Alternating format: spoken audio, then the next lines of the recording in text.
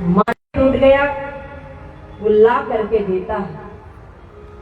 पिता के घुटनों में तकलीफ थी, छड़ी लेकर के चलते थे, छड़ी खो गई, टूट गई, तो बेटा ला करके देता है, फिर वो मांगता नहीं। हम सब परम पूज्य गुरुदेव परम वंदनीय माता जी के अब छोटे बच्चे नहीं, बड़े हैं, अब देने की बारी हमारी है। हम अपने कर्तव्यों को जाने, समझे, पहचाने। गुरु सत्ता का जो प्यार मिला है, उस प्यार की डोर अपने परिवार से बांध करके रखें। परिवार निर्माण के सूत्र परम पूज्य गुरुदेव क्या बताए हैं, कहे हैं, उनको विस्तार से सुनेंगे, जानेंगे। उससे पूर्व आइए ये भाव भरा गीत श्रवण लिख के दे दीजिए कि गीत के बाद में पोडियम से बोलेंगे। मिला हमें जो प्यार है,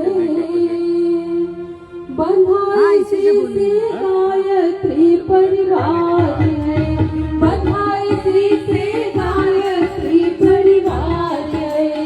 हो गुरु सत्ता का मिला हमें जो प्यार है,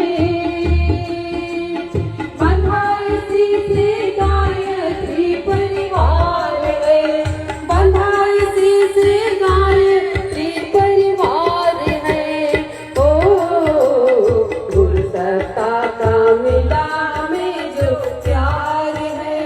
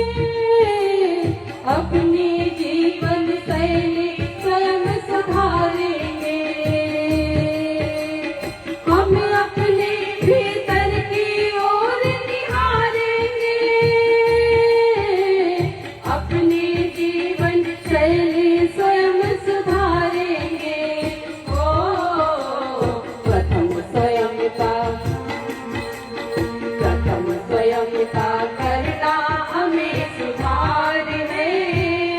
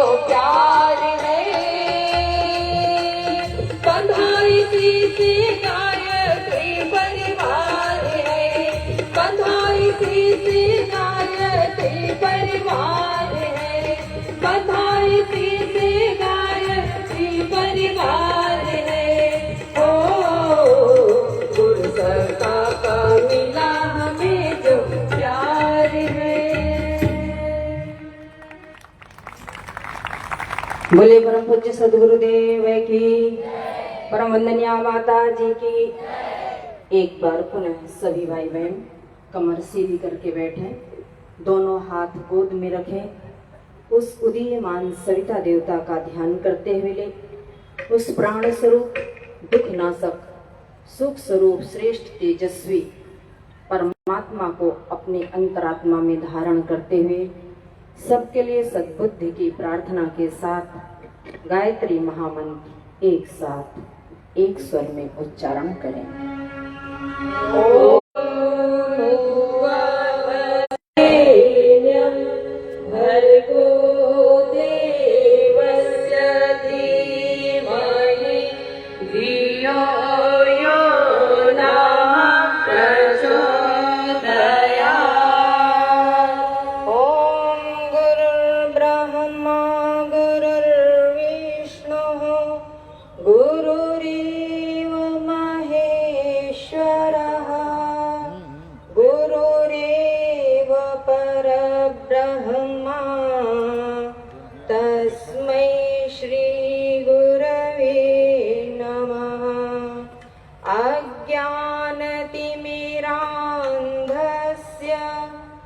ज्ञानाञ्जनशलाकया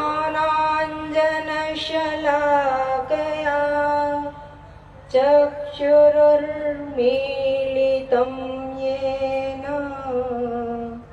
तस्मै श्रीगुरवे नमः। तस्मै श्रीगुरवे नमः। परम पूज्य गुरुदेव परम वंदनीय माता जी की सूक्ष्म उपस्थिति में परम श्रद्धेय जी परम श्रद्धेय डॉक्टर साहब के मार्गदर्शन में सम्मानित शांतिगंज की टोली हमारे पूरे उत्तर प्रदेश के विभिन्न जिले से समन्वय व्यवस्थापा की दृष्टि से व्यवस्था देखने वाले और कर्मठ सक्रिय जुझारू परम पूज्य गुरुदेव के हृदय में वास करने वाले हमारे ऐसे सभी आदरणीय सम्माननीय पूजनीय परम पूज्य गुरुदेव परम वंदनीय माता जी के प्रिय बेटी बेटे देवतुल्य भाइयों शक्ति स्वरूपा माताओं बहनों भाइयों बहनों, आपके इस सत्र का इस कार्यक्रम का आज तीसरा दिवस ऐसे गुजर गया कि लगता है आज ही ये कार्यक्रम शुरू हुआ है और जब तक कोई बात समझ में आती है तब तक कार्यक्रम का समापन हो जाता है। आज प्रातःकाल हमारी बहनों ने इस पूरे लखीमपुर में चयनित घरों के अलावा भी ऐसे ऐसे घरों में गए जहां लोग दरवाजा खोलने की जगह बंद भी कर लेते थे, लेकिन परम पूज्य गुरुदेव परम वंदनीय माता जी के विचार को शक्ति को लेकर के गए तो उनका दरवाजा भी खुल गया और वो देव स्थापना परम पूज्य गुरुदेव परम वंदनीय माता जी की शक्ति को स्थापित करके उन्होंने यह बता दिया कि परम पूज्य गुरुदेव की ज्ञान शक्ति परम वंदनीय माता जी की तप शक्ति परम वंदनीय माता जी के चरणों में श्रद्धांजलि के रूप में हम ऐसे परिवारों का निर्माण करेंगे जहां से नर रत्न निकलेंगे और इसके लिए हमारी माताएं बहनें आगे बढ़ करके आई। परम पूज्य गुरुदेव ने जिस गायत्री परिवार को बनाया, वास्तव में परिवार क्या है, परिवार की आवश्यकता क्यों है, परिवार का निर्माण सही कैसे किया जाना चाहिए, इसका शुभारंभ कहाँ से होता है और कैसे उस छोटे से परिवार में रह करके विराट परिवार में हम जा करके वो सब कुछ कर सकें जो आज की आवश्यकता है, मनुष्य जीवन को धन्य सार्थक करने के लिए आवश्यक है। जो अन्य जीव जंतु पशु पक्षी होते हैं उनका कोई अपना परिवार नहीं होता, उनका कोई अपना घर बसाने का परिवार के निर्माण की कोई बात नहीं होती। ये किन की बात होती है ये मनुष्यों के लिए होती है। तो आइए इस विषय पर हम विस्तार से परम पूज्य गुरुदेव परम वंदनीय माता जी के विचार को, संदेश को सुनने, समझने, जानने का प्रयास करते हैं। भाइयों बहनों, परिवार मनुष्य के उत्पत्ति का केंद्र है। यदि परिवार ना हो तो मनुष्य का जन्म कहाँ। हमारी संस्कृति की अनेक विशेषताएं हैं और उन विशेषताओं में एक है भारत की परिवार विशेषता। अयम निजः परो वेत्ति गणना लघु चेतसाम उदार चरिता नाम तो वसुधैव कुटुंबकम। परमात्मा ने जब इस सृष्टि का निर्माण किया तो उन्होंने अपने आप को एक से अनेक बनाया। धरती, आकाश, पर्वत, सागर, नदी, नाले, सूरज, चांद, सितारे, वृक्ष, वनस्पति, जीव, जंतु, कृमि, कीटक, चर अचर सब कुछ बनाया और अपने आप को विराट परिवार के रूप में हम सबके सामने रखा। भाइयों बहनों, धर्म ग्रंथों को उठा करके देखते हैं तो उसमें शिव पंचायतन की बात आती है। शिव परिवार को शिव पंचायतन, राम परिवार को राम पंचायतन कहते हैं। और शैव, शाक्त, वैष्णव, ऋषि मुनियों का परिवार गोत्र प्रवर के रूप में तो आज भी प्रचलित है। जितने भी ऋषि मुनि महापुरुष अवतार हुए हैं, एक साधारण व्यक्ति से लेकर के उस सत्ता को, भगवान को भी इस धरती पर आना हुआ, अवतार लेना हुआ, तब भी परिवार का आश्रय लेना पड़ा। परिवार ना हो तो परिवार के व्यक्ति के जन्म की कल्पना नहीं की जा सकती। परिवार उसे कहते हैं जहां पर कमियों के साथ जिया जाता है। परिवार में हर तरह के लोग होते हैं, सभी के सोच विचार एक जैसे नहीं होते हैं, क्रियाकलाप एक जैसे नहीं होते हैं, सबकी सामर्थ्य एक जैसे नहीं होती है। कोई कम समझदार होता है, कोई ज्यादा समझदार होता है, कोई स्वस्थ होता है, कोई बीमार होता है, कोई अधिकारी होता है, कोई चपरासी होता है, कोई कमाने वाला होता है, कोई ना कमाने वाला होता है, कोई सबसे बड़े तालमेल के साथ प्रेम से रहता है और कोई हर बात बात पर रूठ जाता है। लेकिन इन सब के साथ रहा जाता है। इसीलिए कहते हैं परिवार कमियों के साथ जिया जाता है। कम बुद्धि वाला है तो भी उसका ध्यान रखते हैं, अधिक बुद्धि वाला है तो भी उसके ऊपर ध्यान रखते हैं। स्वस्थ होता है उस पर भी ध्यान रखा जाता है, अस्वस्थ होता है उसके ऊपर और ज्यादा ध्यान रखा जाता है।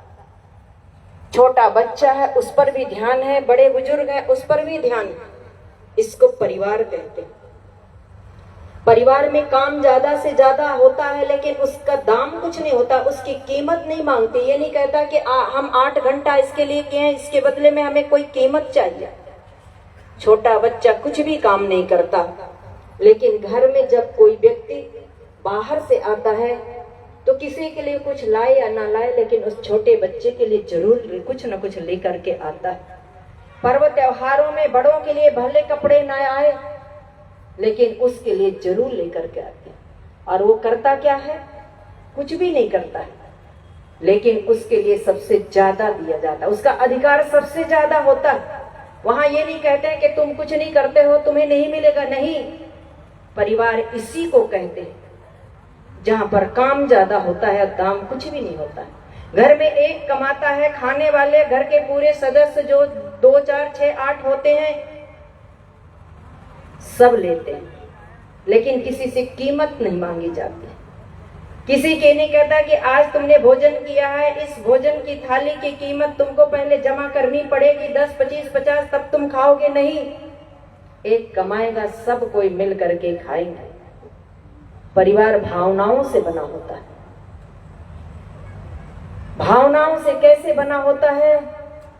आप देखिए, दुनिया के किसी भी कोने में व्यक्ति रह रहा हो या फिर कितना भी महत्वपूर्ण कार्य को कर रहा हो या फिर कितना भी व्यस्त हो, लेकिन जब उसे अपने परिवार का कोई संदेश, कोई खबर मिलती है, तब थोड़ी देर के लिए अपने महत्वपूर्ण कार्य को विराम दे देता है, वो पारिवारिक भावना में डूब जाता है।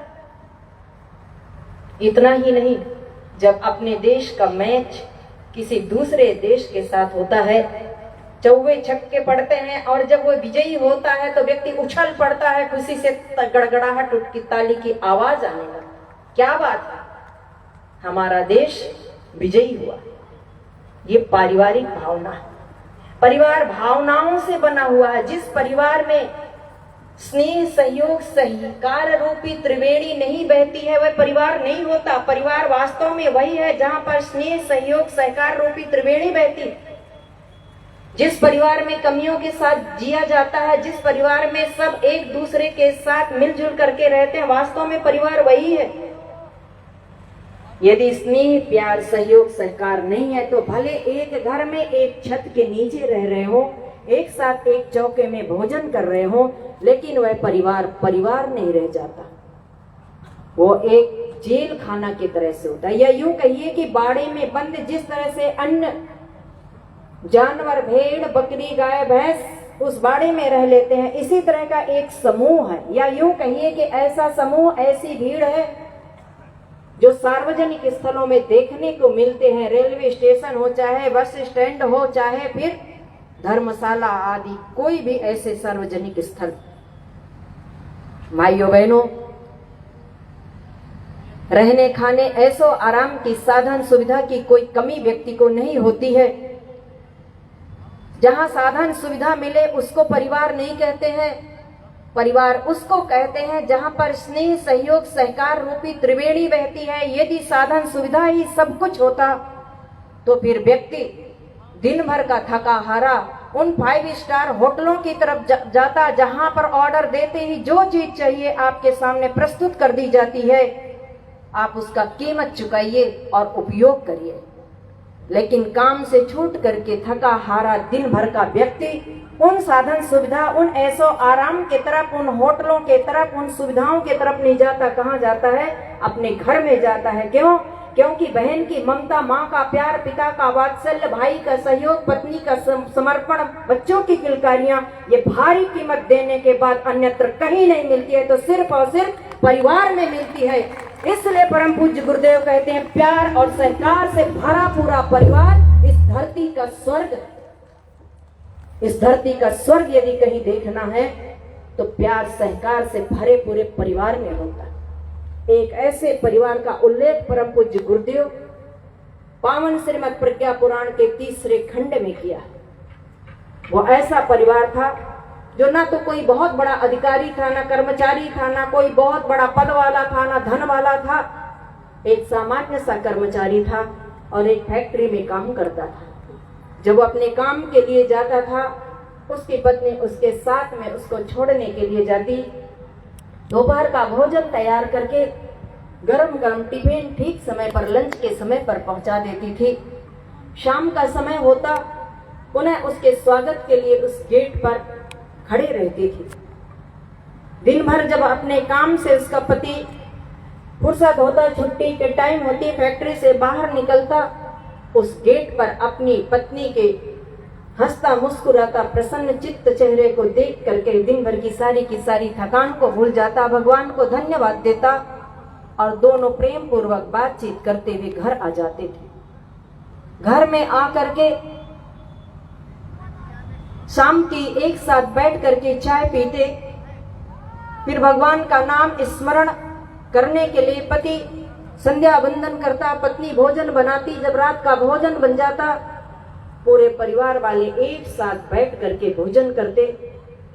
उसके बाद सभी अपने दिन भर की जो भी सुख दुख की बातें होती, जो भी उतार चढ़ाव की बातें होती, सब आपस में करते और प्रसन्नता से खुशी से ठहाका लगा करके भी हंसते रहते थे। कभी कभी उनके पड़ोस के लोग उससे पूछते थे, क्या बात है भाई, तुम्हारे घर में तो ना इतनी कोई साधन है, ना सुविधा है, ना तो तुम्हारे पास इतना पैसा है, ना तो तुम्हारी इतनी बड़ी कोई नौकरी है, लेकिन तुम्हारी प्रसन्नता, तो तुम्हारी खुशी को देख करके ऐसे लगता है कि जैसे कोई राजा महाराजा। तुम्हारे परिवार वालों की खुशी को देख करके, संतोष को देख करके ऐसा लगता है कि स्वर्ग की सारी खुशियां एक साथ तुम्हारे घर पे उतर आई। आखिर इसका राज क्या है, हमें तो बताओ। हम तो रात दिन अपने परिवार की आवश्यकताओं की पूर्ति करने के लिए लगे रहते हैं, किसी बात की कोई कमी नहीं रखते। बच्चों को भी अच्छे से अच्छे स्कूल में दाखिला दिलाए हैं, जो चीज उनको चाहिए उनको देने मांगने के पहले पूरा कर देते हैं। फिर भी एक पल की शांति, एक पल का चैन, एक पल का सुकून नहीं, जिसे तुम हर पल हर क्षण अनुभव ही नहीं करते बल्कि उसमें जीते हो। इसका राज क्या? सभी को एक ही जवाब देता था, देखिए हम जो भी अपने परिवार वाले हैं, जो भी हमारे बच्चे घर के लोग हैं, हमें किसी भी प्रकार का कोई अभाव नहीं खटकता, जो भी है उसी में हमें बड़ा संतोष मिलता है। यही कारण है कि हमें किसी भी तरह से कोई एक दूसरे से ना तो शिकायत है और ना तो अशांति है, ना तो संतोष है। प्यार सहकार से रह करके हम सारी की सारी समस्याओं का समाधान कर लेते। भाइयों बहनों, एक दिन की अचानक बात, उनकी जो धर्म पत्नी थी बीमार पड़ गई, और वो बीमार इतना ज्यादा पड़ी कि उस दिन ना तो दोपहर का भोजन बना पाई, ना तो टिफिन पहुंचा पाई। उधर जैसे फैक्ट्री में रोज दिन की तरह लंच की घंटी बजी, सभी कर्मचारी अपना अपना लंच बॉक्स निकाले, भोजन करने लगे, लंच करने लगे। उस कर्मचारी, उस पति ने भी खिड़की के से बाहर गेट की तरफ प्रतिदिन की तरह देखा, लेकिन उस दिन उसकी पत्नी दिखाई नहीं पड़ी। उसने एक क्षण की देरी किए बिना तुरंत समझ गया कि लगता है आज धर्म पत्नी की तबीयत ठीक नहीं है, जरूर वो बीमार पड़ गई होगी। यदि स्वस्थ होती तो आती, उससे भूल तो हो नहीं सकती, क्योंकि इतने वर्षों में आज तक नहीं भूली तो आज भी नहीं भूल सकती, जरूर बीमार पड़ गई होगी। वहां से निकला, सीधे घर में गया। घर में जा करके देखता है पत्नी बिस्तर पर पड़ी हुई थी, आंखों में विवशता के आंसू लिए पति के आने का राह देख रही थी, बुखार से तप रही थी। पति को सामने पाकर के देख करके बोल पड़ी, आप आ गए, आपको भूख लगी होगी ना, देखो तो आज मेरी कैसी व्यवस्था। बहुत प्रयत्न करने के बाद इस बिस्तर से उठ नहीं पाई, आपके लिए भोजन तक नहीं बना पाई। और ऐसा कहते कहते जो उसके आंख में व्यवस्था के आंसू भरे हुए थे, उसकी धारा फूट पड़ी। पति ने पत्नी के आंख से बहते हुए उस आंसू को पोंछा और बोला, नहीं, तुम कभी विवश नहीं हो सकती, तुमने तो हर क्षण हर पल मेरा ध्यान रखी, जो मुझे चाहिए थे मेरे कहने के पहले मेरे सामने रख देती थी, फिर आज अपने आप को इतना विवश। तुम कभी विवश न थी, न हो और न रहोगी। अब मुझे मेरे कर्तव्य को पूरा करने दो। वहां से उठा, रसोई में जाकर के पानी गर्म किया, चाय बनाया, दवाई लेकर के आया, पत्नी को खिलाया। पत्नी दवाई पी, खाई, चाय पी, उठ करके बैठ गई, अपने को स्वस्थ अनुभव करने लगी। दोनों आमने सामने बैठे थे, दोनों के आंखों से प्रेमाश्रु की धारा बह रही थी। भाइयों बहनों, उनके जीवन में एक बार नहीं अनेक बार कष्ट कठिनाइयां आई, लेकिन उनके प्यार, उनके सेवा, उनके सहयोग, उनके समर्पण, उनके विश्वास के सामने वो कष्ट कठिनाइयां ज्यादा देर तक टिक नहीं पाती है।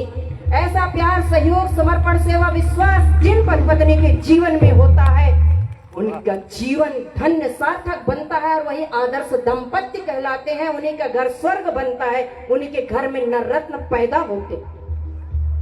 इसीलिए परम पूज्य गुरुदेव कहते हैं, प्यार सहकार से भरा पूरा परिवार इस धरती का स्वर्ग, आदर्श दाम्पत्य का जीवन व्यतीत करना। इस आदर्श दाम्पत्य का शुभारंभ विवाह संस्कार से होता है। विवाह संस्कार के द्वारा ही गृहस्थ आश्रम में प्रवेश किया जाता है। गृहस्थ आश्रम को सर्वश्रेष्ठ आश्रम कहा जाता है। विवाह के समय पर गृहस्थ आश्रम में रहने की क्या मर्यादा है, क्या कर्तव्य है, क्या जिम्मेदारियां हैं, इसका वो शिक्षण होता है। उसमें जितने भी कर्मकांड हैं उनको आप बारीकी से देखिए, सुनिए, पढ़िए। एक छोटा सा उदाहरण आपको बताते हैं। शिलारोहण होता, एक छोटा सा पत्थर का टुकड़ा रखा दिया जाता है और उस पर दोनों वर वधू पैर रखते हैं। अब पैर रखने के बाद ठोकर मार करके आगे बढ़ जाते हैं। उससे ये शिक्षण है, दाम्पत्य जीवन में, पारिवारिक जीवन में पहाड़ जैसे, पत्थर जैसे कठिनाइयां आएंगी, लेकिन उससे घबराएंगे नहीं, उसको ठोकर मार करके उसको साइड में लगा करके आगे बढ़ते चले जाएंगे। लेकिन परिवार में किसी भी तरह से कठिनाइयों का अवरोध नहीं मानेंगे। हमारे ऋषियों की बनाई हुई व्यवस्था परिवार के लिए था, जो विवाह संस्कार का शिक्षण था। गुण कर्म स्वभाव को देख करके रिश्ते तय होते थे। धन दौलत, पैसा, रुपया, रूप रंग को देख करके जो संबंध तय होते हैं वो ज्यादा देर तक नहीं टिकते, क्योंकि रूप रंग पद धन पैसा आज है कल रहे ना रहे इसकी कोई गारंटी नहीं, और इसके हटते ही जाते ही संबंध भी टूटते चले जाते हैं। आज जो परिवार में तलाक की स्थिति बन रही है उसका कारण यही हमारे ऋषियों ने व्यवस्था बनाई थी। रंग रूप नहीं, गुण कर्म स्वभाव को देख करके संबंध तय किया जाना चाहिए। और विवाह जो आज एक समारोह का स्वरूप ले लिया है, जो एक धार्मिक कर्मकांड क्या था, दो आत्माओं का पवित्र मिलन था, जो अग्नि की साक्षी में उस क्रम को संपन्न किया जाता था वैदिक मंत्रों के द्वारा, क्योंकि वातावरण का बहुत प्रभाव होता है। कल भी आपको बताए थे कि वातावरण का क्या प्रभाव पड़ता है। उस मंत्रोच्चारण से दैवी शक्तियों का अनुदान वरदान बरसता था। आज का विवाह क्या होता है, कैसे होता है भाइयों बहनों, इससे आप सब परिचित हैं, कहने बताने की आवश्यकता नहीं। परिवार में जो कमी आ रही है, परिवार जो टूट रहे हैं, बच्चे जो उद्दंड हो रहे हैं, उन सब के पीछे भी कहीं ना कहीं हमसे भूल होती चली जा रही है। जिस परिवार को, जिस गृहस्थ आश्रम को सर्वश्रेष्ठ आश्रम कहा जाता, यदि गृहस्थ आश्रम ना हो तो ब्रह्मचारी वानप्रस्थी सन्यासी की कल्पना नहीं कर सकते हैं। इन सब का जन्म वही होता है, इनका पालन पोषण भी यही होता है, और आगे भी इनकी जिस भी तरह की आवश्यकता होती है उसकी पूर्ति भी गृहस्थ ही करता है, अन्य कोई नहीं करता। सन्यासी बहुत अच्छा ज्ञान दे सकता है, लेकिन यदि उसको लगे कि मैं इसकी कोई सेवा कर दूं तो सेवा नहीं कर सकता, ना अन्न से कर सकता है, ना धन से कर सकता है, ना और किसी चीज से कर सकता है। ये यदि कुछ कर सकता है तो ये एक गृहस्थ ही कर सकता है, ये गृहस्थ के हाथ में है। एक ब्रह्मचारी सन्यासी नर रत्न नहीं दे सकता। यदि नर रत्न कोई दे सकता है तो एक गृहस्थ ही दे सकता है, उसको संस्कार कोई दे सकता है तो गृहस्थ ही दे सकता है। परिवार का निर्माण सपनों के ताने बाने से नहीं होता। परिवार के निर्माण के लिए खपना पड़ता है, त्याग करना पड़ता है। गृहस्थ जीवन में कितनी चुनौतियां आती हैं, कितनी कठिनाइयां आती हैं, यदि उसको तप मान करके चलता है तो गृहस्थ आश्रम की जो सर्वश्रेष्ठ आश्रम बताया गया है उसका वह पुण्य फल ही नहीं बल्कि वो देवता से भी आगे की श्रेणी में पूजा जाता। आए दिन लोग चर्चा में सुनते रहते हैं कि अरे घर परिवार के झंझट में क्यों पड़े हो, पत्नी बच्चे के फेर में क्यों पड़े हो, जीवन को क्यों बर्बाद करे हो, इसको छोड़ो, जंगल में जाकर के तप करो, जप करो।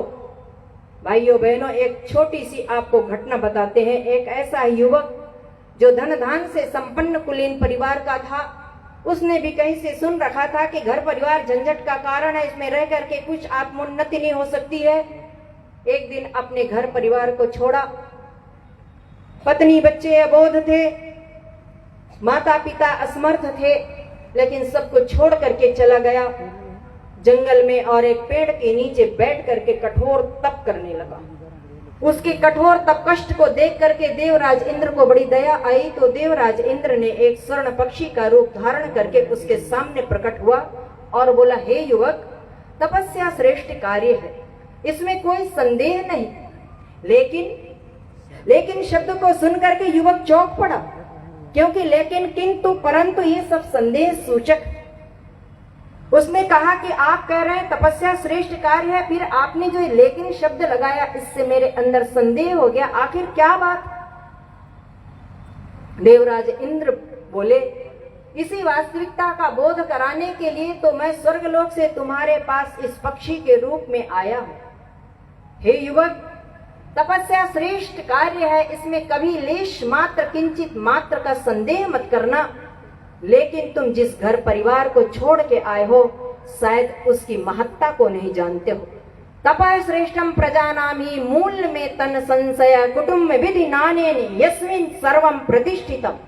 देवताओं, पितरों, अतिथियों, माता पिता, परिवारी जनों की सेवा करना, उनको संतुष्ट प्रसन्न करना, और उसके पश्चात जो गृहस्थ अन्न ग्रहण करता है वह सर्वश्रेष्ठ कहलाता। उस गृहस्थ को वास्तविकता का बोध हो गया। वहां से उठा, अपने घर में आया।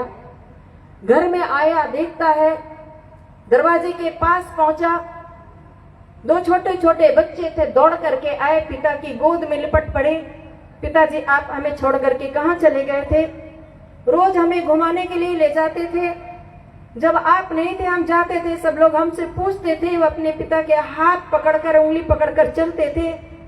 हमें लगता था कि हमारे पिताजी कहाँ चले गए। उनके बाल मनोहार को देख करके बच्चों को सीने से लगा लिया।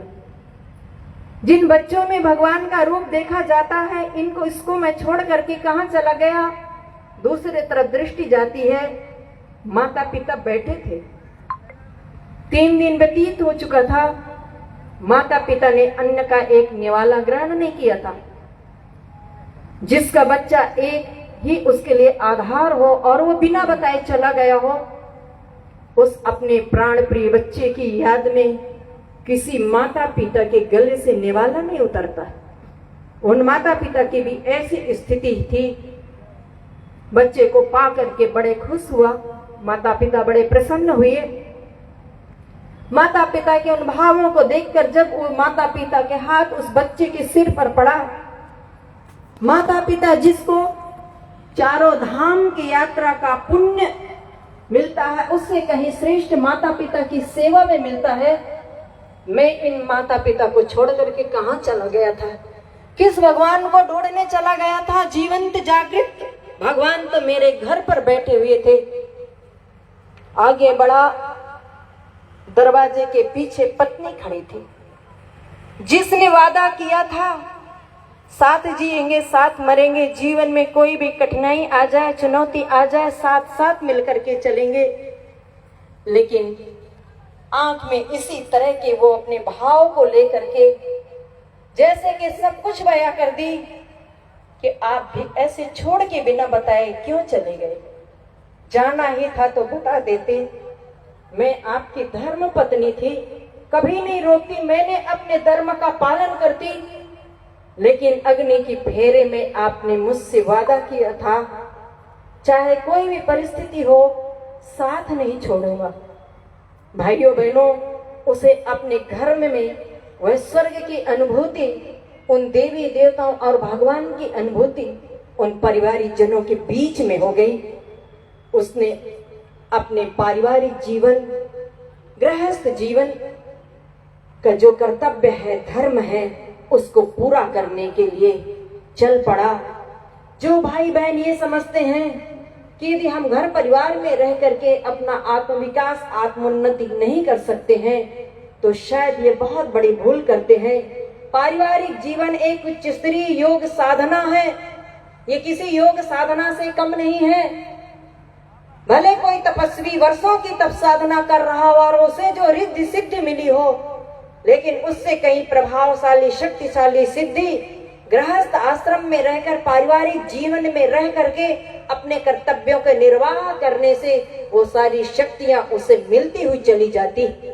एक ऐसे ही घटना का उल्लेख परम पूज्य गुरुदेव कहते हैं। एक ऐसा ही बैरागी सन्यासी जो वर्षों से तप साधना कर रहा था, एक दिन जब अर्घदान देने के लिए खड़ा था, अर्घ देने के पश्चात विचार कर रहा था, इतने वर्ष व्यतीत हो गए, जीवन का अब अंतिम चरण है, पड़ाव स्थिति ऐसी आ चुकी है, पता नहीं कब ये सांस टूट जाए, लेकिन मेरे तप साधना का कोई पुण्य फल दिखाई नहीं पड़ रहा है, ना ही तो कोई सिद्धि मिली मुझे आज तक। ऐसा ही कुछ सोचते विचारते फिर जब उसने ऊपर के ऊपर दृष्टि डाली, उस पेड़ में एक चिड़िया बैठी हुई थी। उसके आंख से जो तेज निकला, चिड़िया उस तेज से जल करके वही गिर गई। चिड़िया को जल करके भस्म होते देख करके वह बैरागी सन्यासी, उसके अंदर एक प्रसन्नता की लहर दौड़ पड़ी। प्रसन्नता इस बात की नहीं कि चिड़िया जल गई, प्रसन्नता इस बात की थी कि मेरे आंखों में वह शक्ति है, वह तेज है, तब की ये सिद्धि है कि मैं जिसे चाहूं उसे जला सकता हूं। मैं आज तक इसको जान नहीं पा रहा। जब किसी व्यक्ति को कुछ चीज मिल जाती है तो स्वाभाविक है थोड़ा उसमें अहंकार आ जाता है।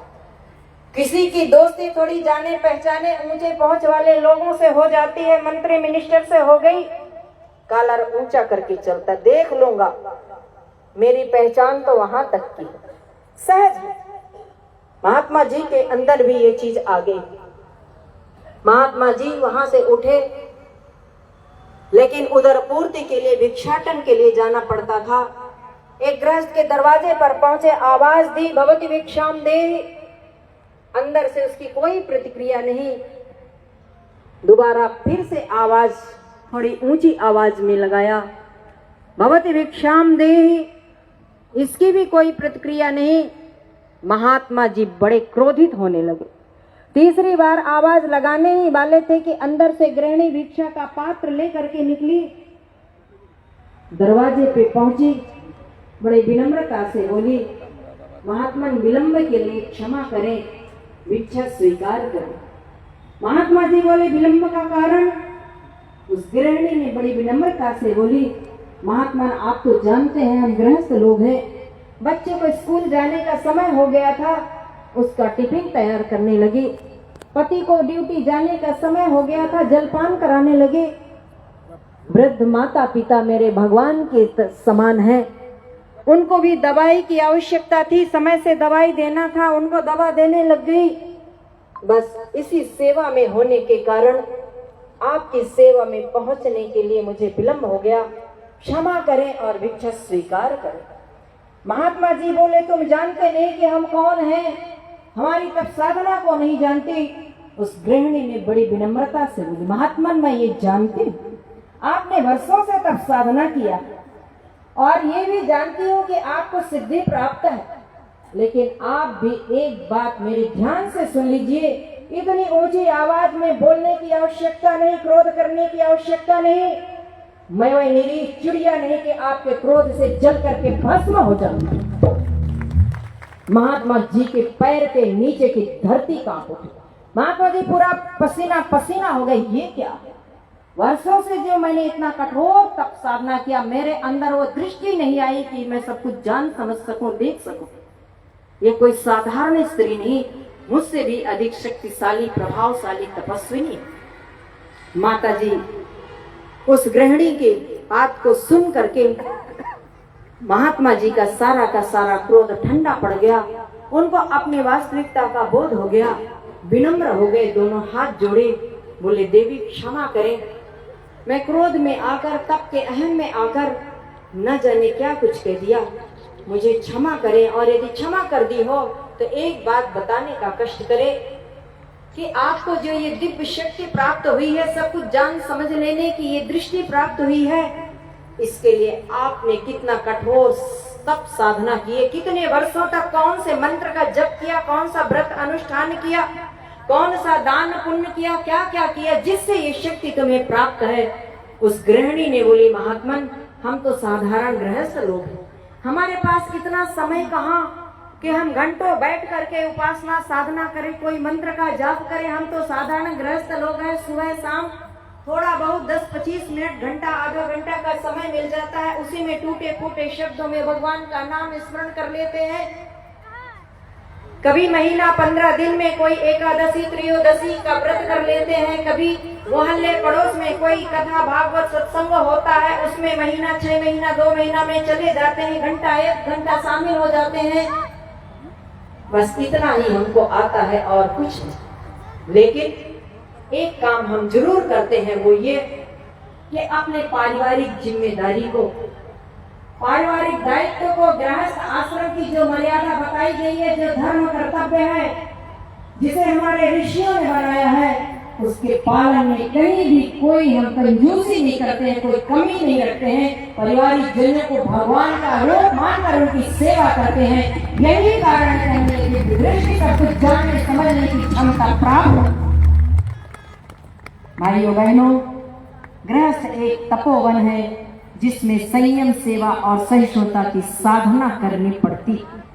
परम पूज्य गुरुदेव कहते हैं, परिवार बसाना बड़ा आसान है, सभी परिवार बसाते हैं, लेकिन परिवार का निर्माण करना बड़ा कठिन कार्य है।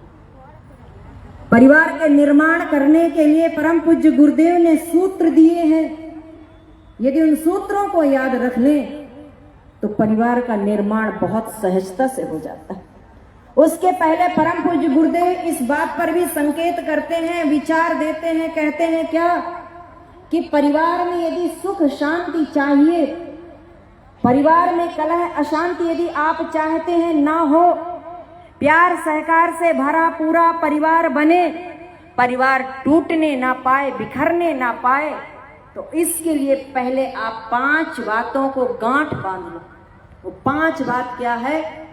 परस्पर आदर सम्मान करना। आदर सम्मान कौन नहीं चाहता है? सभी चाहते हैं। परम पूज्य गुरुदेव कहते हैं कि दूसरों के साथ वह व्यवहार ना करें जो हमें अपने लिए पसंद नहीं। हम चाहते हैं हमारा कोई अपमान न करे, तो हमें भी अपमान नहीं करना चाहिए, क्योंकि सम्मान व्यक्ति का उत्प्रेरक शक्ति है। उससे प्रेरणा मिलती है, प्रोत्साहन मिलता है। जहां आदर सम्मान नहीं होता, परिवार टूटता है, बिखरता है, कलह अशांति होती है। महाभारत की उस घटना, दुर्योधन भरी सभा पर द्रौपदी को अपमानित नहीं करता और द्रौपदी अंधों के अंधे नहीं कहती, तो शायद परिवार में भाई भाई के बीच महाभारत जैसे युद्ध नहीं होता। परस्पर आदर सम्मान का ध्यान रखा जाना चाहिए। बड़ों का सम्मान और छोटों का प्यार, छोटों को प्यार, ये हमारा परम कर्तव्य है। परम पूज्य गुरुदेव कहते हैं यही परिवार में सुख शांति ला सकता है, यही पारिवारिक भावना को बढ़ाएगा। कलह अशांति के कारण जो परिवार टूट रहे हैं, उसको बचाने का पहला सूत्र आदर सम्मान। दूसरा है अपनी भूल स्वीकार करना। भूल स्वीकार करना मतलब छोटा बनना, लेकिन आज व्यक्ति छोटा नहीं बनना चाहिए। छोटे बन गए, झुक गए तो हम बेकार हो गए। क्यों छोटे बने? हमने क्या किया है? भाइयों बहनों, जहाँ 4 बर्तन होते हैं वहाँ खटकते हैं।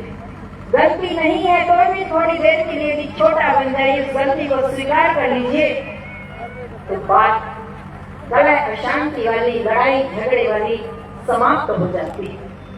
एक छोटी सी घटना आपको बता दें। यदि अपने अपने बात को रखते रहते हैं, उसका कोई अंत नहीं होता। हनुमान जी माता सीता का पता लगाने के लिए विशाल जल राशि को, समुद्र को पार करना था। हनुमान जी में शक्ति की कोई कमी नहीं थी। जैसे उन्होंने प्रवेश किया, सुरसा उससे प्रकट हो गई और सुरसा को देख करके जैसे जैसे सुरसा ने अपने बदन को बढ़ाई, अपने शरीर को बढ़ा रही थी, आकार को बढ़ा रही थी, हनुमान जी भी अपने आकार को बढ़ा रहे थे, लेकिन उसका कोई अंत नहीं हो रहा था, बढ़ते चला जा रहा था। लेकिन हनुमान जी ने विनम्रता का परिचय दिया, अपने आप को छोटा बना लिया, इतना छोटा बनाया कि उसके मुंह में जा करके घुस करके और बाहर निकल करके चले आ गए। जो व्यक्ति छोटा बनता है कभी पराजित नहीं होता है, विजयी होता है। व्यक्ति अपने कर्मों से, गुण से, स्वभाव से ऊंचा बनता है, उसको कोई छोटा बना ही नहीं सकता। परिवार में इस सूत्र को लागू किया जाना चाहिए। तीसरा सूत्र है भेदभाव ना करना। अधिकतर देखा जाता है बहुत छोटी छोटी चीजों में भेदभाव हो जाता है। बेटा बेटी के बीच में, बहू बेटी के बीच में, छोटे बड़े के बीच में, खाने पीने की चीज को लेकर, पढ़ने लिखने की चीज को लेकर, पहनने ओढ़ने के बीच को लेकर बहुत छोटी सी बात होती है। इससे एक बात आप विचार करिए, जिसको जो चीज मिल जाती है तो बहुत प्रसन्न होता है, खुश होता है, लेकिन जिसको जो चीज नहीं मिलती है उसके अंदर ईर्ष्या का भाव पनपने लग जाता है। भले वो व्यक्त ना कर पाए किसी भी कारण से, लेकिन उसके अंदर ईर्ष्या का भाव पनप जाता है, उसका अंकुरण हो जाता है और ये फिर यही नहीं रहता। बेटा बेटी में भेद किए, बेटे को भरा ग्लास का दूध भरा ग्लास पिलाते, क्योंकि ये ताकतवर बनेगा, हमारी पीढ़ी को, वंश को चलाएगा, और मरेंगे तो हमारा कंधा देगा, हमारे मुख में अग्नि डालेगा, हमारा श्राद्ध तर्पण करेगा, नहीं तो हमारी मोक्ष, हमारी मुक्ति नहीं हो सकती। कोई किसी को मुक्त नहीं करता, मुक्त स्वयं अपने आप को व्यक्ति करता है। मुक्त होना मतलब अपने लोभ, मोह, वासना, तृष्णा, अहंकार से मुक्त होना। इस पर विजय पाना ही मोक्ष है, ना कि आपके श्राद्ध तर्पण आदि से। ये सारी प्रक्रिया इसलिए है कि जिस माता पिता ने आपके लिए कमा करके रखा है, आपके इतने हाथ पैर मजबूत बना के दिया है, उसने जो संपत्ति कमा के छोड़ के गए हैं उसे आप लोग कल्याण में लगा दो। यही है मुक्ति, उसी से वो प्रसन्न होते हैं। उसको कोई दुर्व्यसनों में या गलत कार्य में न लगा। भाइयों बहनों, खाली पड़ी है। भेदभाव और छोटी सी चीज होती है। जब वो बेटा बेटी के बीच में भेद होता है उस समय तो पता नहीं चलता। वो ईर्ष्या का भाव जब वो ससुराल में जाती है और फिर वहां पर भी वो दिखता है, तब कहते हैं देखिए बहू कैसी है। ईर्ष्या करती है देवरानी जेठानी के बच्चे में, आपस में इसमें उसमें तरह तरह की बातें। लेकिन ये पैदा कहां से हुआ? इसको पैदा किसने किया? वो समाज का दृष्टिकोण जो बेटा और बेटी के बीच में भेद करके उसके अंदर डाल दिया। और जहां ये भेद नहीं होता, बेटियां किसी बेटे से कम नहीं होते हैं। माता पिता को कोई तकलीफ हो जाए, सारा काम छोड़ करके बेटी आगे दौड़ करके आती है। जब वो ससुराल से आती है तो यदि वहां रोकेंगे कि तुम्हारे जाने के लिए किराया भाड़ा नहीं हो, कहती है आपसे मैं किराया भाड़ा नहीं मांगती, मुझे सिर्फ अनुमति दे दीजिए, मैं अपने पिताजी को माँ को देख करके आ जाऊंगी, मेरे पास बचत की पैसा उसी किराए में चली जाऊंगी। उस बेटी की संवेदना हमेशा जुड़ी रहती है। और ये भेदभाव के कारण हमारे परिवार टूटते हैं। भेदभाव के कारण ऐसी परिस्थितियां बन जाती है कि दो भाई जो आपस में रहने वाले होते हैं, एक आंगन में दीवार खींच जाती है, एक फीट जमीन के लिए एक दूसरे के खून के प्यासे हो जाते हैं और दोष लगा देते हैं कि बहू के आते ही ऐसे हो गया, बहू के आते नहीं हुआ, उसका बीज कहीं डाल दिए। वो असंतोष, वो ईर्ष्या, इसको खत्म करें। परिवार कभी टूट नहीं सकता, बिखर नहीं सकता, परिवार में कलह अशांति हो नहीं सकती। आगे परम पूज्य गुरुदेव जो सूत्र दिए हैं, निष्पक्षता का ध्यान रखा जाना चाहिए। पक्षपात भी परिवार को टूटता है। ये छोटा है, ये ज्यादा प्रिय है। ये जाने अनजाने कोई भी, तो जो भी हमारे निर्णय हो उसमें पक्षपात ना हो, समानता का दृष्टिकोण हो। क्योंकि यदि पक्षपात किए तो परिवार को टूटने बिखरने से कोई रोक नहीं सकता। परम पूज्य गुरुदेव आगे कहते हैं, आंतरिक मामलों में हस्तक्षेप न करें। आंतरिक मामला मतलब सबके विचार अलग अलग होते हैं, सबके सोच अलग अलग होते हैं, सभी अपने मन के अनुसार कुछ करना चाहता है। आप उसके विचार का, उसके मन का, उसकी इच्छा का, उसकी जिज्ञासा का आप ध्यान रखिए, उसका भी सम्मान करिए। यदि गलत रास्ते में जाता है तो आप दो चपत लगा करके सही रास्ता दिखाइए। लेकिन यदि उसकी इच्छा मान लीजिए कि डॉक्टर बनने की है तो जबरदस्ती उसको इंजीनियर मत बनाइए। आज माता पिता इससे परेशान और बच्चे इससे परेशान। यदि बोर्ड की परीक्षा में परसेंट कम आ गया, कंपटीशन में सफल नहीं हुआ, तो फिर माँ बाप उसको टॉर्चर करते रहते हैं। और बच्चे को लगता है शायद मैं इसमें सक्सेस नहीं हो पा रहा हूं, या कहीं 2 4 1 नंबर आधा नंबर से चूक जाता है, सुसाइड कर लेता है। ये स्थिति क्यों? भाइयों बहनों, पहले भी लोग पढ़े लिखे होते थे। कक्षा 5 तक तो इंग्लिश और संस्कृत जानते नहीं थे। 6ठी कक्षा में प्रवेश करके इंग्लिश और संस्कृत पढ़ते थे और सब पढ़ना लिखना, ग्रामर से लेकर के ट्रांसलेट से लेकर के सब कुछ कर लेते थे। और आज पैदा होते ही A for apple, B for boy करते हैं और बाद में फिर टाटा बाय बाय हो जाता है। ना तो अपनी धर्म संस्कृति की बात को सीख पाए। आज के बच्चे को हिंदी बोलना नहीं आता। हम हिंदुस्तान के कहलाते हैं। आप कहीं भी जाइए, किसी देश में जाइए, क्षेत्र में जाइए, अपनी भाषा बोल करके गौरवान्वित होकर, और हम कहते हैं इंग्लिश बोलिए, इसमें हमारा गौरव हिंदी भाषी में। आज बच्चा हिंदी ना लिखना जानता, ना पढ़ना जानता, ना शुद्ध उच्चारण करना जानता, क्योंकि उसको हम इंग्लिश मीडियम में पढ़ाते हैं। हमारे यहाँ गुरुकुल की परंपरा होती थी और गुरुकुल में वो सारा कुछ सिखा दिया जाता था, पढ़ा दिया जाता था कि अपने जीवन को कैसे अच्छा बनाना है, परिवार को कैसे अच्छा बनाना है, जीवन में चुनौतियां आए तो उसके लिए कैसे चलना है। पुनः उस शिक्षण की आवश्यकता आंतरिक मामलों में हस्तक्षेप नहीं। घर में वो गुरुकुल का पाठ 5 वर्ष की उम्र तक सबको सिखा दीजिए। जो बच्चा घर में झुकना जानता है, बड़ों को प्रणाम करना जानता है, बड़ों का सम्मान करना जानता है, वो कहीं भी रहे अलग से दिखेगा और दूर से पहचान हो जाती है कि ये इस परिवार का। इसलिए परिवार की जिम्मेदारी, परम पूज्य गुरुदेव कहते हैं, परिवार बसाने से परिवार का निर्माण सैकड़ों हजारों गुना अधिक महत्वपूर्ण और परिश्रमशील है। उसके लिए उतना ही मेहनत भी करनी पड़ती। उस परिवार निर्माण के जो सूत्र हैं उसके विषय में आपको बता दें। जो 5 सूत्र जिसको पंचशील के रूप में परम पूज्य गुरुदेव कहते हैं, जिससे परिवार का निर्माण होता है। पहला है श्रमशीलता, दूसरा है मितव्ययता, तीसरा है शालीनता, चौथा है सुव्यवस्था और 5वां है सहकारिता।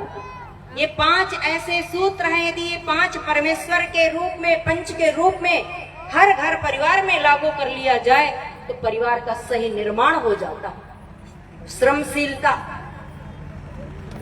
किसी भी क्षेत्र में सफल होना है तो परिश्रम आवश्यक है। बिना परिश्रम के व्यक्ति सफल नहीं हो सकता।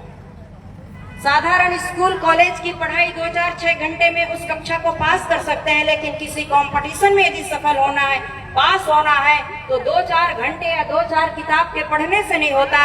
रात दिन लगना पड़ता है, महीनों वर्षों लगना पड़ता है, तब कहीं जाकर के कंपटीशन में सफल होता।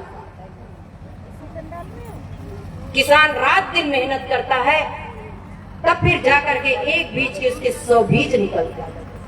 जो व्यवसायी है, व्यापारी है, रात दिन अपने व्यवसाय में लगा रहता है। नौकर तो 8 घंटा काम करके चला जाता है, लेकिन व्यापारी, व्यवसायी 24 घंटा लगा रहता है उस व्यवसाय को बढ़ाने के लिए, तब कहीं जाकर के उसका व्यवसाय बढ़ता है।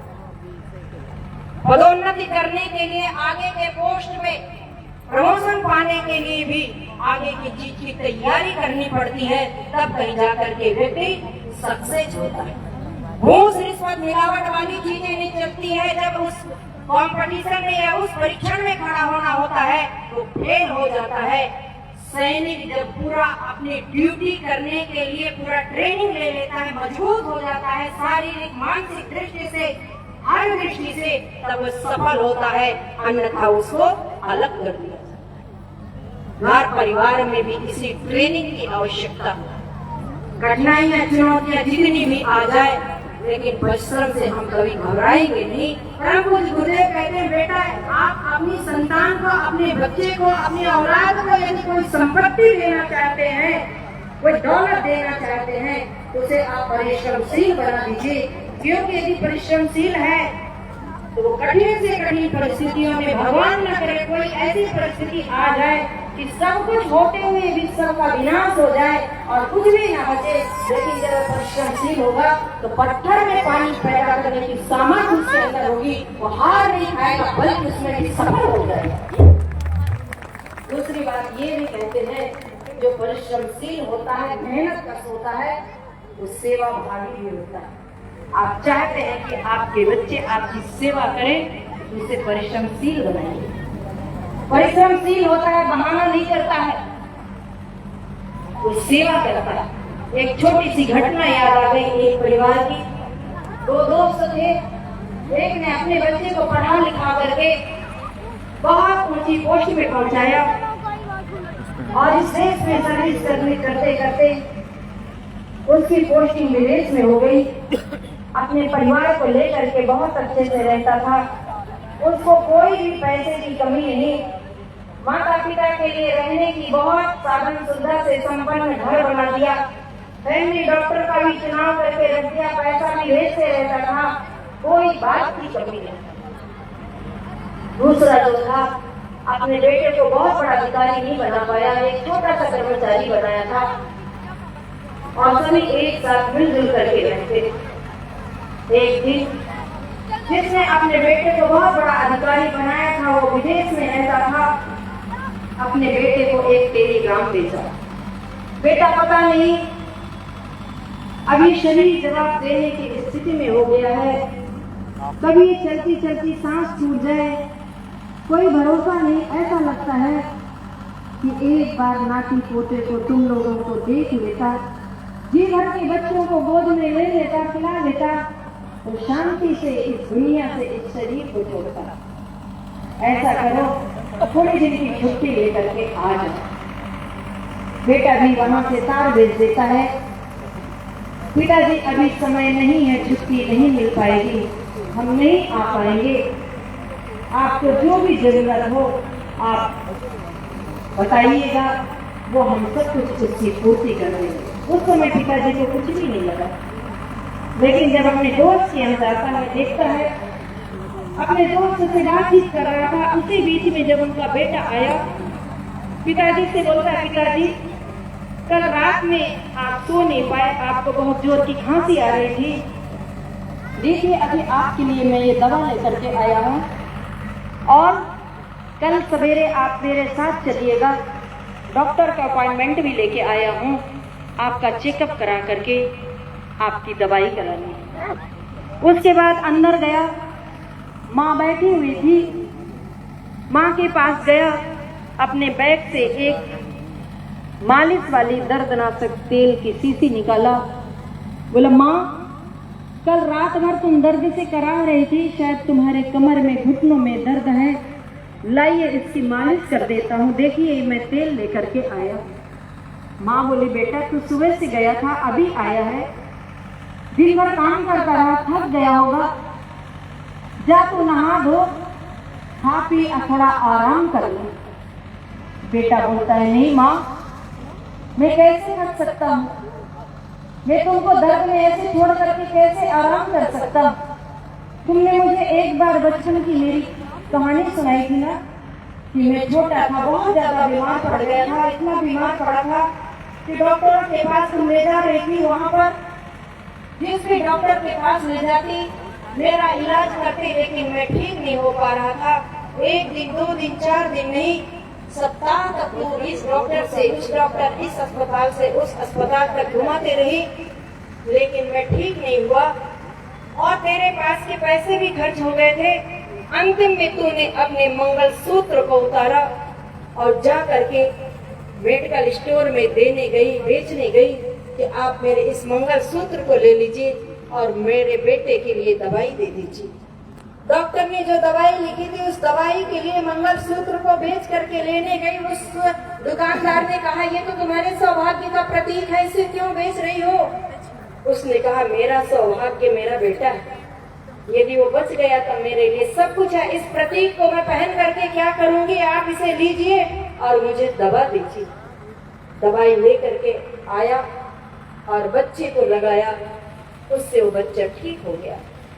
उस बच्चे ने कहा माँ तूने ये कहानी मुझे सुनाई थी ना, तू बता 1 दिन, 2 दिन, 4 दिन नहीं बल्कि 1 सप्ताह तू मुझे गोद में ले लेकर के घूमती रही, भटकती रही और अंतिम समय पर अपने मंगलसूत्र को बेच दिया। क्या उस समय तुझे थकान हुई थी, क्या नींद आई थी, क्या भूख लगी थी? नहीं ना। फिर तेरा ये बेटा कैसे तुझे दर्द में छोड़ करके आराम कर सकता? भाइयों बहनों, उस माँ की ममता उमड़ पड़ी, उसके आंख से प्रेमाश्रु की धारा बह पड़ी। अपने हाथ उठाया, बच्चे के सिर पे हाथ फेरते हुए बोला बेटा जा, तेरे जीवन में कभी किसी चीज का अभाव नहीं हो सकता। एक ये माँ का आशीर्वाद, जिस माता पिता का आशीर्वाद जिस बच्चे के सर पे होता है उसको कभी कोई अभाव नहीं होता। भाइयों बहनों, कोई भी माता पिता अपने बच्चे को कितने लाड से प्यार से पालता है, अपना कम खा लेगा, पहन लेगा, गरीबी में गुजारा कर लेगा, लेकिन बच्चों की हर आवश्यकता पूरी करता है, एक ही आशा के साथ कि मेरे बुढ़ापे का सहारा होगा। लेकिन जब वो नकार देता है, उसको, उस माता पिता को कितनी तकलीफ होती है। जो दूसरा दोस्त बैठा बैठा वहां जो सुन रहा था, देख रहा था, वो अपने आप को संभाल नहीं पाया। धन्य है दीनदयाल, तूने अपने बच्चे को ऐसे बनाया।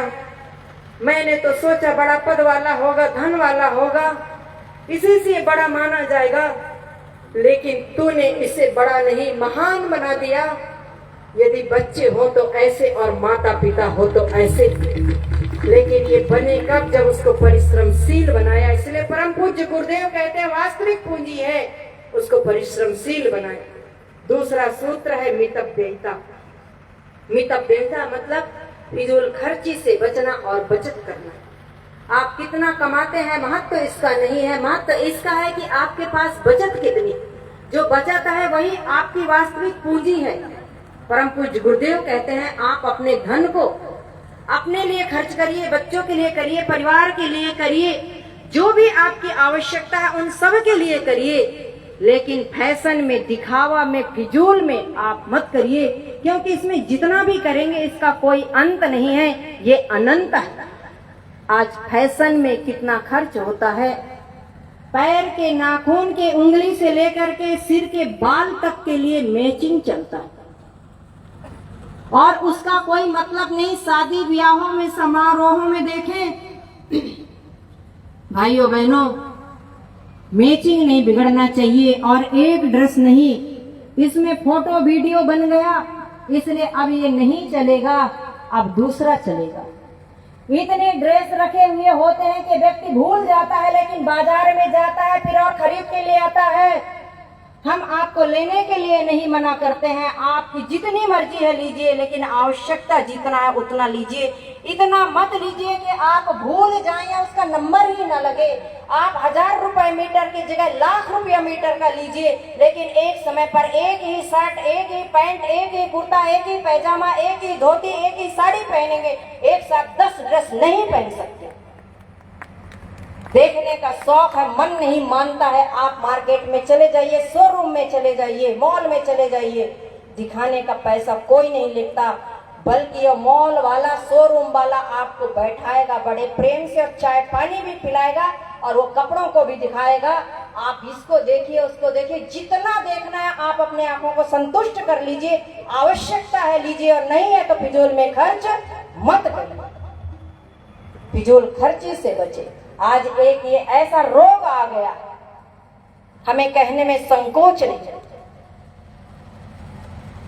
हमारी बहनें फैशन में, युवा व्यसन में और बड़े बुजुर्ग ठसन में जीते।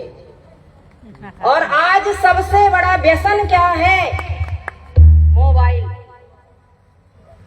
जिसके कारण हमारे संबंध की नजदीकियां खत्म होती हुई चली गई। परिवार उसको कहते हैं जिसमें रिश्तों का समायोजन होता है, जहां पर रिश्तों की मर्यादा होती है। आज हम रिश्ते के बीच में क्या प्यार है, क्या स्नेह है, क्या संबंध है, इसको भुलाते चले जा रहे हैं, दूरियां बढ़ती चली जा रही हैं। पहले मकान में 1-2 कमरे में काम चल जाता था, एक साथ लोग जो है 4-4, 6 लोग एक साथ रह लेते थे, लेकिन आज एक व्यक्ति के लिए 4-6 कमरा चाहिए। मेकअप करने के लिए एक, भोजन करने के लिए एक, सोने के लिए एक, पढ़ने के लिए एक, मिलने जुलने के लिए एक। उसके बाद भी तसल्ली नहीं होती, उसके बाद भी संतोष नहीं होता, उसके बाद भी शांति नहीं मिलती। ऐसे फिजूलता से बचे, पारिवारिक संबंध की जो नजदीकी है उसको बनाएं और उस दूरी को खत्म करें। इसलिए परम पूज्य गुरुदेव कहते हैं मितव्ययी। मितव्ययिता सादा जीवन उच्च में ठीक नहीं है, ऐसा नहीं लगना चाहिए। उसका स्वरूप ही बिगड़ जाए। कभी कभी दुल्हनें भी बदल जाती हैं, ऐसा रंग रोगन कर दिया जाता है, ऐसा मेकअप कर दिया जाता है, पहचान में नहीं आता। ऐसा ना हो। ये फिजूल का खर्च जितना आवश्यक है करिए, लेकिन फिजूल को मत करिए। आपके पास है, आप लोग कल्याण के लिए लगाइए, समाज के लिए लगाइए, क्योंकि समाज से मिला। किसी की ताकत नहीं कि अपने आप में पाया है। परम पूज्य गुरुदेव कहते हैं ये धन किसी को भगवान देता नहीं, अपने पुरुषार्थ से कमाता है और ये पुरुषार्थ समाज में रह करके करता है, समाज से मिलता है। इसलिए जो बचे उसको लोक कल्याण के लिए लगाइए, जहां आवश्यकता है वहां के लिए लगाइए। धन सार्थक हो जाएगा। धन की 3 गति होती है, जितना आवश्यकता आप उपयोग करिए, उससे बचे आप दान कर दीजिए, अन्यथा उसका विनाश हो जाता। पहले के लोगों की बात भी आप सुने होंगे शायद, ऐसे लॉकर और बैंक नहीं होते थे। अपने पैसा रुपए को किसमें किसी बर्तन में रख करके उसको गड़ा देते थे। हांडा गड़ा है या पता नहीं क्या क्या कुछ नाम बोलते थे। भूल जाता था व्यक्ति और वर्षों के बाद कहीं खुदाई उदाई होती थी तो कभी उसमें कुछ निकला कि नहीं, सांप बिच्छू भी निकलते थे। उसका कोई काम नहीं, बेकार हो जाता है। इसलिए धन का सही सदुपयोग करें। अपने लिए जितना मिनिमम कम से कम आवश्यकता है उतना आप लीजिए और बाकी अच्छे कार्य के लगा दीजिए। इसकी शुरुआत परिवार से होती है, घर से होती है, अपने बच्चों से होती है। बच्चों को आज इतने सारे खिलौने दे देते हैं, सुबह अलग, दूसरा दोपहर में अलग, शाम को अलग, इतने सारे खिलौने के एक कमरा ही भर जाता। उसको तोड़ना फोड़ना उसका एक ऐसी प्रवृत्ति बन जाती है कि उसके लिए कुछ भी नहीं। ऐसे फिजूल का खर्च किस काम का। ड्रेस की कमी नहीं है, फिर भी नए दिखाने के चक्कर में ना नया बन पाता है ना पुराना बन पाता है और फिर धक्का मार के चल देता। क्यों ऐसे फिजूल खर्ची बनाते? क्यों अंकुश नहीं हो रहा है? क्यों हम अपने को कमजोर पा रहे हैं? क्यों इस मोह में बह रहे हैं?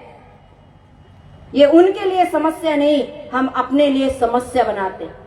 परम पूज्य गुरुदेव परमवंदनीय माता जी कहती हैं, माँ की एक आंख सुधार की होती है और एक आंख दुलार की होती। दुलार करिए, दुलार करने में कोई कमी नहीं है। माँ बाप दुलार नहीं करेगा तो कौन करेगा? उसके अंदर ऐसी कोई संस्कार, ऐसी कोई आदत मत डालिए कि उसके भविष्य के लिए और हमारे लिए घातक बन जाए। फिजूल खर्ची आज व्यक्ति को बर्बाद किए बैठा। कर्ज हो रहा है, उसके बाद भी कर्ज लेते चला जा रहा है, डूबता चला जा रहा है और कुछ भी नहीं होता है तो पूरा का पूरा परिवार जाकर के सुसाइड कर लेता। घर से बाहर जाकर के फांसी का फंदा लगा करके लटक जाता है। क्यों? व्यापार में घाटा आ गया, कर्जा हो गया। कर्जा क्यों हुआ? वो शानो शौकात को पूरा करने के लिए, उस दिखावे के चक्कर में, अपने ठाट बाट को बढ़ाने रखने के लिए। भाइयों बहनों, अपने गुण कर्म स्वभाव के यदि श्रेष्ठ बना लिया व्यक्ति, उसी से पूजा जाता है। अगला सूत्र है, एक युधिष्ठिर ने अपने रथ से उतरे, अपने अस्त्र शस्त्र को उतार करके रथ में छोड़े और नंगे पैर कौरव दल की तरफ जाने लगे। भीष्म पितामह जहां थे उस ओर आगे बढ़ते चले गए। उनको इस तरह आगे जाते देख करके सभी भाई भीम, अर्जुन, नकुल, सहदेव साथ में हो लिए और उनके साथ भगवान श्री कृष्ण भी जाने लगे। कुछ दूर जाने के पश्चात भीम और अर्जुन से रहा नहीं गया। उन्होंने कहा कि क्या बात है, दुश्मन हमारे सामने है, अर्थ शस्त्र उनके हाथों में है, युद्ध किसी भी समय छिड़ सकता है और इस तरह निहत्थे उनके तरफ जा रहे हैं। ऐसे लग रहा है कि स्वयं मौत के मुंह में खुद कूदने जा रहे हैं। भगवान श्री कृष्ण उनके साथ में थे। धर्मराज युधिष्ठिर कुछ नहीं बोले, लेकिन भगवान श्री कृष्ण ने मौन रहने का संकेत किया और आगे फिर बढ़ते रहने के लिए कहा।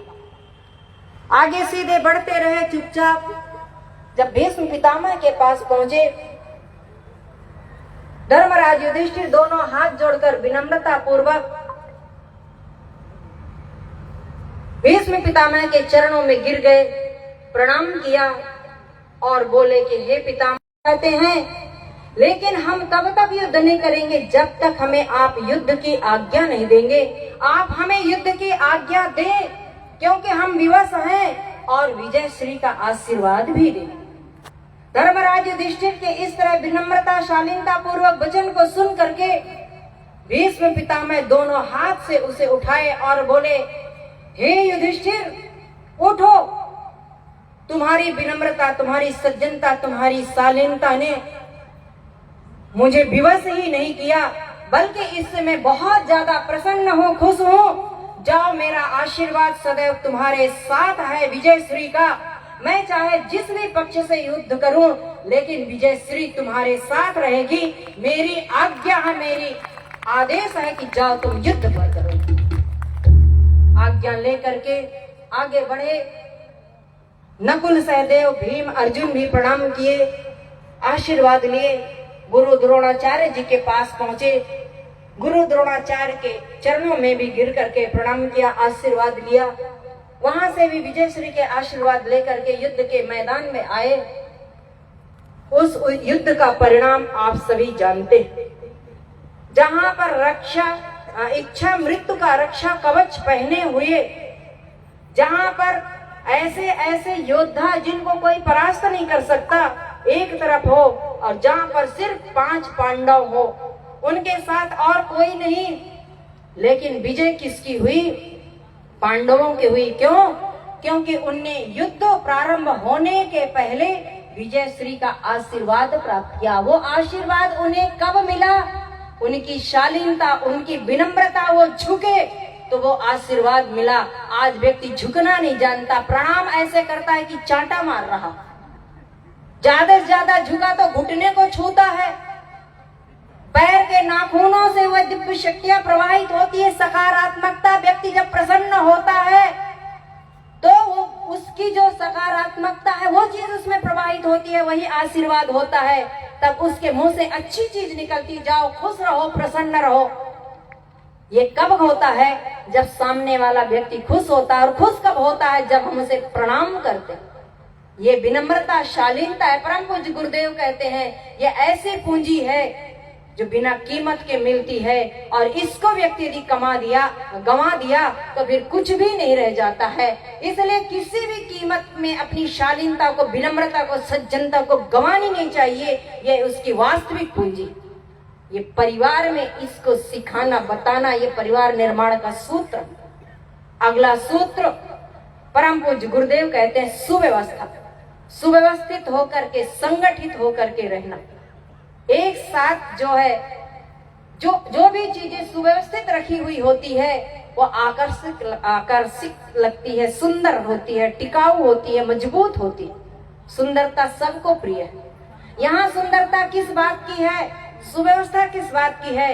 हमें अपने दिनचर्या की, सुबह उठने से लेकर के रात्रि सोने तक। लेकिन आज व्यक्ति इतना अस्त व्यस्त हो गया है, न सोने का ठिकाना, न जागने का ठिकाना, न खाने का, न रहने का, न चलने का, न फिरने का, न आने का, न जाने का, किसी भी चीज में कोई सुव्यवस्था नहीं। बहुत कीमती चीज है, आप घर में लेकर के आए हैं और उसको अस्त व्यस्त रख देंगे तो वो भी कूड़ा कचरा मालूम पड़ता है। और कूड़े कचरे को भी यदि सुव्यवस्थित ढंग से एक किनारे रख देंगे तो वो कूड़ा कचरा नहीं लगता, वो भी आकर्षक लगता है। भाइयों बहनों, हमारा जीवन जो अस्त व्यस्त हो गया है, अव्यवस्थित हो गया है, परम पूज्य गुरुदेव कहते हैं सुबह आत्मबोध की साधना से लेकर के रात्रि में तत्वबोध की साधना की सुव्यवस्था होनी चाहिए। अपनी दैनिक दिनचर्या बनाए, हर काम की सुव्यवस्था हो। खाने, पहनने, चलने, फिरने, उठने, बैठने, सब चीज में सुव्यवस्था होनी चाहिए। ये बच्चे को शुरू से सिखाए। बहुत सी हमारी बहनें परेशान रहती हैं, कहती है क्या करें दीदी, हम तो काम करते करते ही थक जाते हैं। पति को ड्यूटी जाने का समय होता है, गाड़ी की चाबी ढूंढ रहे हैं, मिल नहीं रही है, ढूंढ के देते हैं, रुमाल कहाँ है, पेन कहाँ है, मोबाइल कहाँ है, चाबी कहाँ है, इसी में परेशान। जो खाया पिया गिलास पानी कहीं भी छोड़ दिया। अलमारी में ऐसे ठूस ठास के सामान रख देते हैं कि एक निकालेंगे 10 गिरेगी। जो चाहिए वो मिलती ही नहीं, फिर सर पटक के रोने लग जाते हैं। एक छोटी सी कहानी याद आ गई। वैसे समय लगभग अब आपका पूरा हो गया है, 5 मिनट में हम विषय को समेट देंगे। यदि कहें तो हम 10 मिनट आगे ले सकते।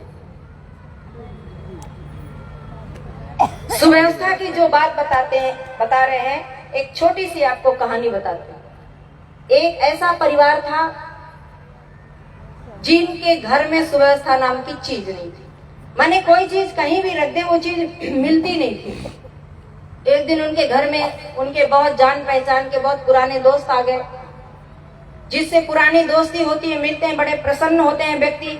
फिर बहुत देर तक गपशप भी चलता है, खाते पीते भी है। बैठे बातचीत कर रहे थे, चाय नाश्ता बना करके श्रीमती जी ने लाई। सब भोजन वो चाय नाश्ता किए। आज का जमाना नहीं था कि चारों तरफ लाइट है और लाइट भी चली जाए तो जनरेटर चल जाए, इन्वर्टर चल जाए, और वो भी नहीं है तो मोबाइल से लाइट चला दे।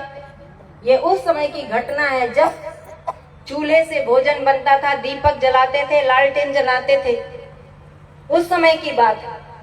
पत्नी ने चूल्हे जला करके नाश्ता बनाई थी, चिप्स पापड़ आदि जो तल के लाई थी, वो सब खाए पिए। उतने में जैसे बातचीत कर रहे थे, लाइट चली गई, अंधेरा हो गया।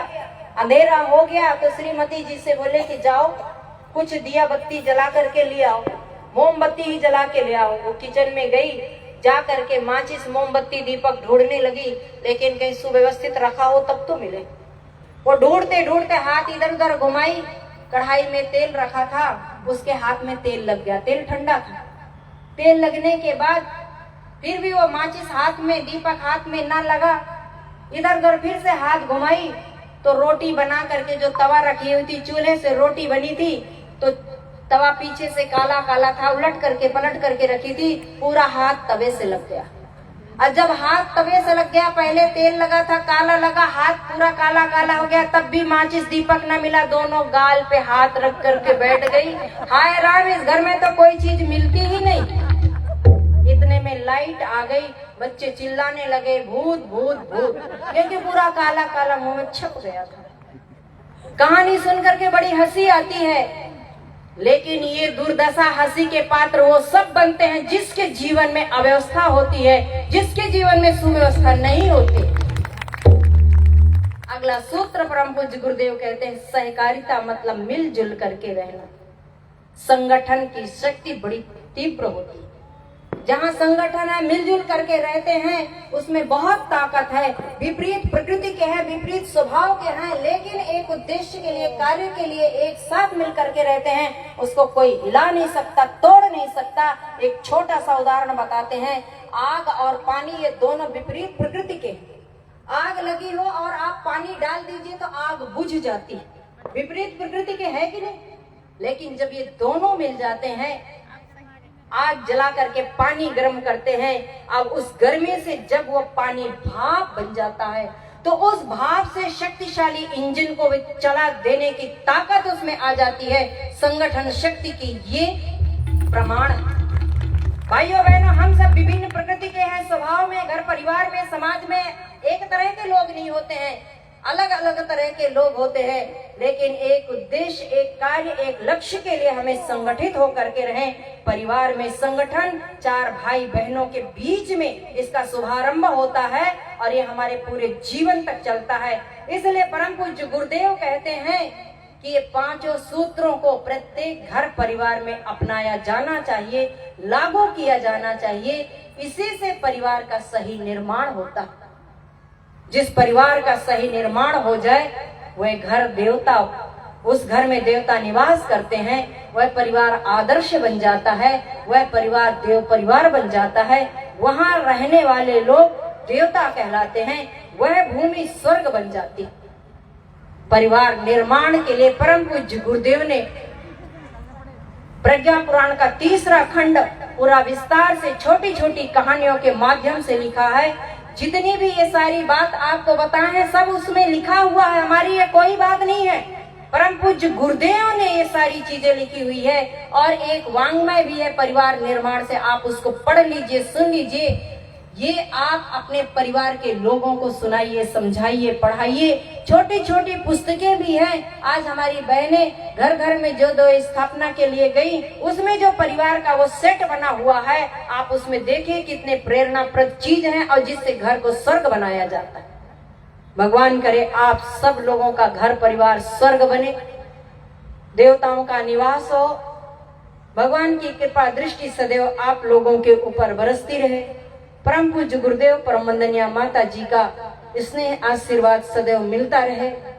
जिस परिवार को परम पूज्य गुरुदेव परम वंदनीय माता जी ने अपने तप साधना से बनाया है, उन परम वंदनीय माता जी की श्रद्धांजलि, उनके जन्मदिन पर हम क्या दें, ये हमारे ऊपर निर्भर करता है। भाइयों बहनों, जो जितना प्रिय होता है उसके लिए हम उतना ही अच्छा से अच्छा, उतना ही हमको जो बहुत पसंद होता है, ऐसी चीज उसके लिए लेके जाते हैं और ये सोच के ले जाते हैं कि इससे वो खुश होंगे। परम पूज्य गुरुदेव परम वंदनीय माता जी हमारे किस उपहार से खुश होंगे? हम अपने घर परिवार को स्वर्ग बना लें, हम अपने आचरण व्यवहार चरित्र चिंतन को उत्कृष्ट श्रेष्ठ बना लें। जिस समाज के बीच में रह रहे हैं, जिस राष्ट्र में रह रहे हैं, उसको पुनः उसकी गौरव गरिमा को प्रतिष्ठित करने के लिए हम अग्रणी भूमिका निभाएं, यही हमारी सच्ची श्रद्धांजलि होगी। गायत्री परिवार, ये विशाल परिवार परम पूज्य गुरुदेव ने जो बनाया है और जिसको हमारे हाथों पे सौंपा है, हम उस परिवार की प्रतिष्ठा को किसी भी कीमत में न गंवाएं, बल्कि उसको बढ़ाते चलें। जिस प्यार त्याग से बनाया है यह गायत्री परिवार, परम पूज्य गुरुदेव को हम आपसे बहुत आशा है, अपेक्षा है, गायत्री की महिमा से पूरा परिवार भरा हुआ रहे। गायत्री का महिमा मतलब सबको सद्बुद्धि मिले। सुबह आप लोगों ने एक गीत सुना था, माँ गायत्री प्रज्ञा माता दे दो हमें सहारा, बेड़ा पार कीजिए और हमको तार दीजिए। आज परम पूज्य गुरुदेव परमवंदनीय माता जी के चरणों में वो गायत्री परिवार की वे श्रद्धांजलि समर्पित करते हैं और आज संकल्प लेंगे कि उनको श्रद्धांजलि देते तक 2026 तक हमारे संकल्प कभी नहीं टूटेगा। आगे बढ़ करके हम अपने संकल्प को पूरा करेंगे, उनके अनुकूल अपने को बनाएंगे। इस भाव के साथ आइए एक प्रेरणा भरे गीत को सुनेंगे।